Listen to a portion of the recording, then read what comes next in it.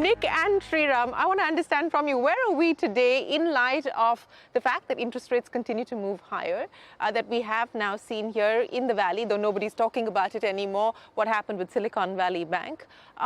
Valuations have seen a significant markdown.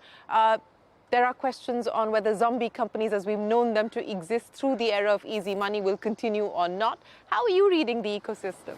Well, you know, as one of my dear friends used to say, a recession or a downturn is a bad thing to waste, because these are the times when the good companies really separate themselves from the rest, and the strong ones get stronger and the weak ones die. And it's sort of a natural process of evolution in the financial system, which I think is very healthy. I think there was a period when there was too much hype, and there's lots of people that were actually putting a lot of money into concepts and not really underlying strong businesses. But more importantly, you know, if you take a company like Recogni, as they're building the core technology, which is fundamental innovation in autonomous driving, what you find is that the core technology can be applied to a bunch of other segments as well. So when you look at companies like that have great potential, then those companies end up thriving despite the downturn, because it's quite natural for certain segments of the market to not grow as fast or as quickly as you would expect, but there are other applications. So this whole large language model, you know, application for generative AI has happened in the last 6 months. But you have to recognize that the technologies that went into that have been in development for 10, 15 years. So in a way, these downturns are perfect times for the strong companies to get very focused, really, you know, look at exploiting the adjacent markets. And we as investors are all about hedging risk. So as much as we want the Prellis and the Recogni to succeed, we want to really figure out how they can survive when the environment gets dry, when the capital is not available at the rates that you would expect. And so if they have adjacent market applications, then they thrive. Mike, let me start by asking you, you know, today governments, policymakers, companies, everyone is grappling with what do you regulate? Who do you regulate? Can it be regulated or not? You know, I want to understand from you, are you in the doomsday camp, or do you believe that, look, you know, there's more hype than necessary today? So I think AI, the generative AI is amazing. And again, we use similar technology to the large language models to improve protein structures, right? Which is actually a use case that came maybe a year or two before the hype of the last 6 months around written text. So I'm very positive on it, because in very specific use cases, it's amazing technology. You know, what it's going to do to society, at this point, I'm a little unclear, but I don't think we have any choice but to move forward decisively and to take advantage of these technologies, because their power is undeniable.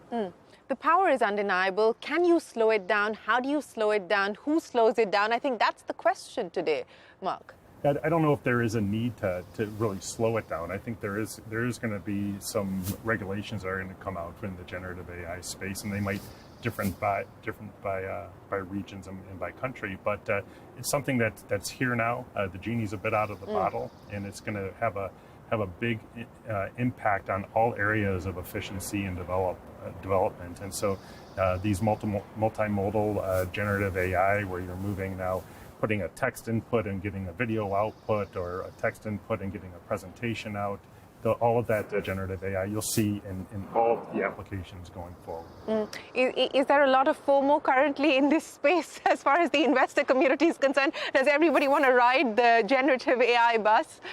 Well, there's definitely a lot of FOMO in the space, in the AI space in general. I mean, Gen AI, more so in the last few months. But I think if you go around the Valley, almost everybody that has some kind of AI processor, AI-enabled investment in their portfolio, and if they don't, they're looking hard to add them.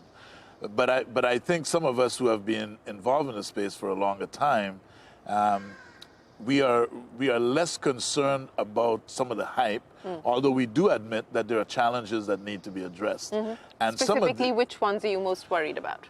But I'm worried about some of the ethical ones. But even on the basic use cases, I'm concerned about just understanding the logic behind recommendations. So when you use an engine to make recommendations, You have to think about it. If I was talking to someone and I was to ask you a question and you make a recommendation, I would ask you, why do you think so? You would explain to me your logic, and I would determine from that logic whether or not I want to accept your recommendation. When you don't have the ability to query and something is giving you recommendations and you're just adopting them, I think there are challenges associated with that. But I think there are technological solutions in play that would help to address some of these things. But Sriram, you know, in the context of the challenges that we speak of, and I think the big concern really for countries like India with a large young population is the job displacement aspect. And this is not a new threat linked to the power of technology. But how do you see that playing out as we move more and more into an AI-dominated world? So as much as there's all this hype around job displacement, I think if you just look at history, you know, people evolve to new skills. And I think we expect the same thing to happen here. And there are, you know, like for instance, as, you know, Nick mentioned, you know, AI ethics. You know, my parents or my grandparents would have not even put those two words together, let alone know what AI meant. Now you actually can go to a university and do a course on what are the fundamental issues around AI ethics. How do you ensure bias in the programming of the large language models doesn't create a problem for the exact reason that Nick was talking about? So how do you ensure that you can actually explain the analysis? These are all areas and skills that people have not been trained on yet. So as much as there will be some displacement, there'll be new opportunities for people to get trained and, you know, participate in the labor market, which is exactly what will happen. As founders, how do you navigate through these sort of uncertain times? Is there anything that you're doing differently? What is the current playbook for you?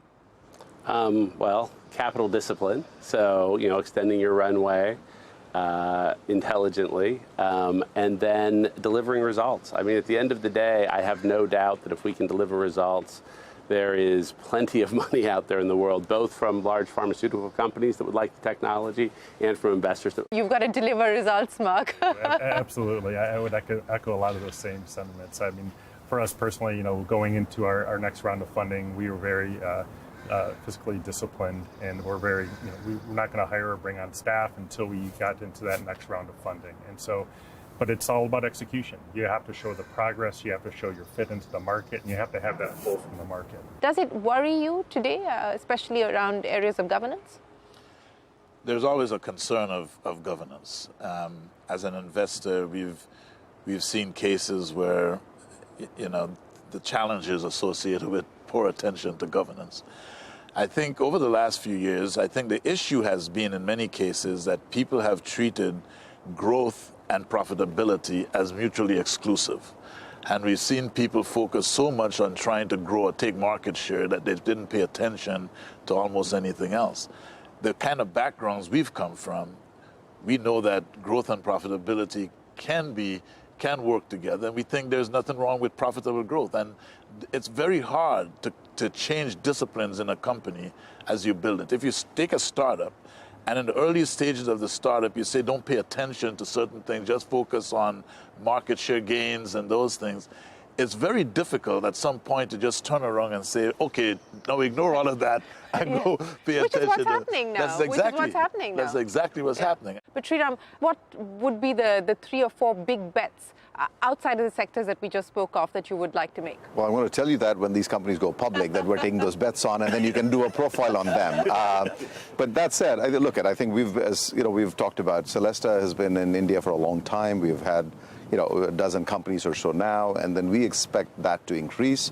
We will continue to focus on this corridor, you know, for all the reasons we've discussed. You know, so macroeconomically, these two markets, U.S. and India, are perhaps the most aligned in terms of how they think about entrepreneurship, how they think about the key technologies that can actually change, you know, people's lives. I think the India stack by itself is so phenomenal that it can be adopted by any number of countries, including the U.S. And the motion towards, you know, CBDC and, you know, central bank-based digital currency, these are all innovative disruptions that can fundamentally change the financial system that we have to the positive. And I think India is taking a huge leadership position in that, and I think it's remarkable. So, which is one of the reasons why we get excited, because the resilience of the Indian market and the Indian entrepreneur is, the glass half empty kind of an approach that the entrepreneur takes, and nothing is impossible. And if you go down to Palo Alto, people think of creating companies.